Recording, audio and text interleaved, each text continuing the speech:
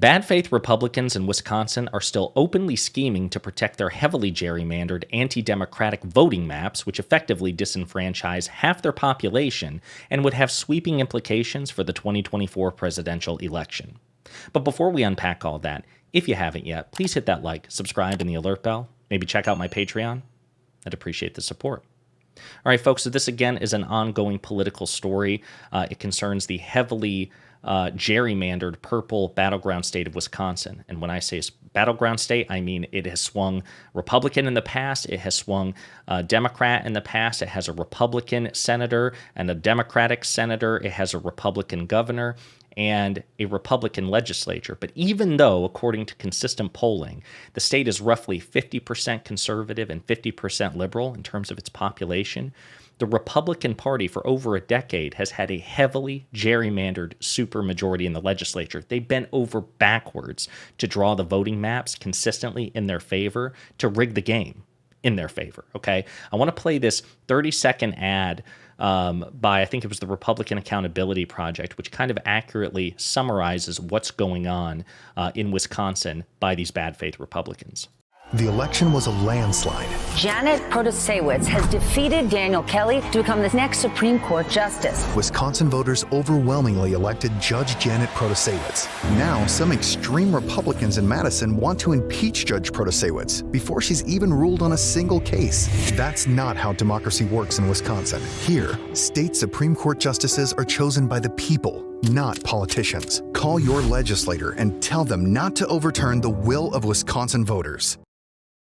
So that's basically a nutshell with respect to the ongoing drama with Judge Janet Protasiewicz. She was elected in April of this year by a landslide. She has not presided over one single case, but because she shifted the Supreme Court to a liberal majority, the bad faith Republicans in the Wisconsin legislature are afraid that they will strike down, their Supreme Court will strike down the heavily gerrymandered voting maps, which is the only reason that Wisconsin has a Republican supermajority. And they're right to fear it because that's exactly what the Supreme Court should do.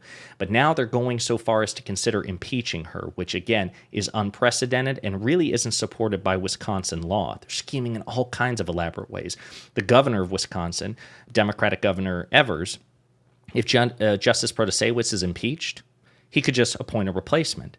But Republicans are scheming to impeach Justice Protasiewicz before she's held a single case, and then also not have the trial in the Senate. So basically keep her in limbo and basically ride it out until the next election so Governor Evers cannot appoint a replacement. It is just the embodiment of Republican scheming and bad faith that is unique, again, to the GOP.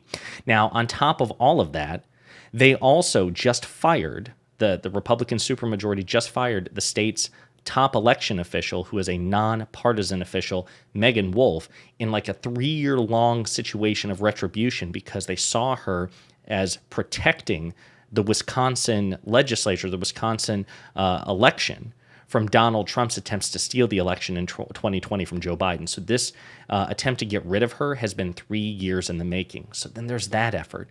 But moreover, then Republicans are saying, hey, listen, okay, fine. What if we revisit how we draw maps? Instead of like having this newly liberal Supreme Court strike it down, what if we borrow what we call an Iowa plan based on, their neighboring state of Iowa, where, you have 2 Republicans, 2 Democrats, they elect a 5th member together, and then they draw up the voting maps in a nonpartisan way. Well, on paper, that sounds pretty good, right? Well, according to reporting, it's actually kind of a poisoned pill, so to speak, because it would still favor the current Republican supermajority. This is closely modeled after Iowa's redistricting process, but that is not entirely devoid of politics. Legislative staff there use nonpartisan criteria to draw districts, but then are subject to an up or down vote by the legislature and a potential gubernatorial veto. In this case, Governor Evers could not successfully veto it because the Republican supermajority would be able to override that veto. After the 2020 census, Iowa's Republican-led Senate voted along party lines to reject the first maps produced by staff, sending them back for another try. The legislature then accepted the second version, which resulted in Republicans winning all 4 of the state's congressional districts in the 2022 elections. So even this is a poison pill. Wisconsin Republicans are saying, hey, let's do it like Iowa does it. But even Iowa's way heavily advantaged the Republican Party in Iowa. Furthermore, someone who helped draw the Iowa redistricting process called out Wisconsin Republicans and saying, listen, even what you're proposing isn't quite what we're doing, because what we propose is still subject to Supreme Court review. What Wisconsin wants to do in their version is keep it so that the Wisconsin Supreme Court can't review the maps at all. It is clearly, nakedly a bad faith poison pill by desperate, bad faith Republicans. But then even beyond that, folks, there's still more to this, because the bad faith head of the bad faith Republican Party in Wisconsin's legislature, Robin Vos, has now tapped a bunch of former Supreme Court justices to look into grounds, give him a basis by which he can justify impeaching Janet Protasewicz. So he's constantly double dealing, talking out of both sides of his mouth. He clearly is desperate and afraid to lose his advantage in these heavily gerrymandered maps.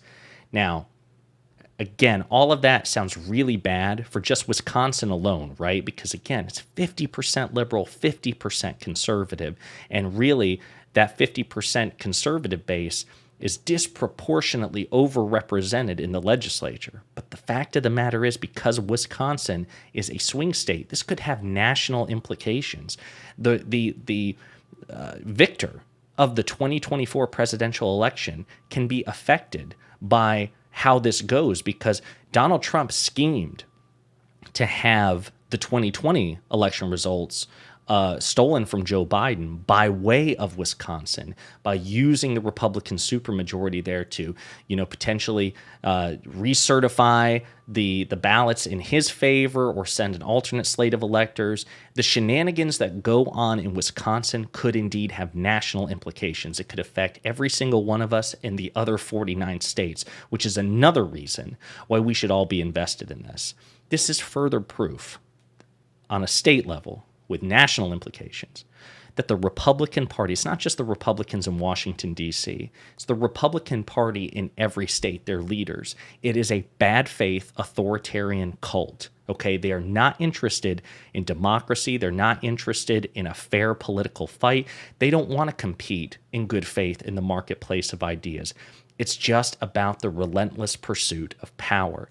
They have to be stopped. They have to be stopped. They have to be resisted every step of the way.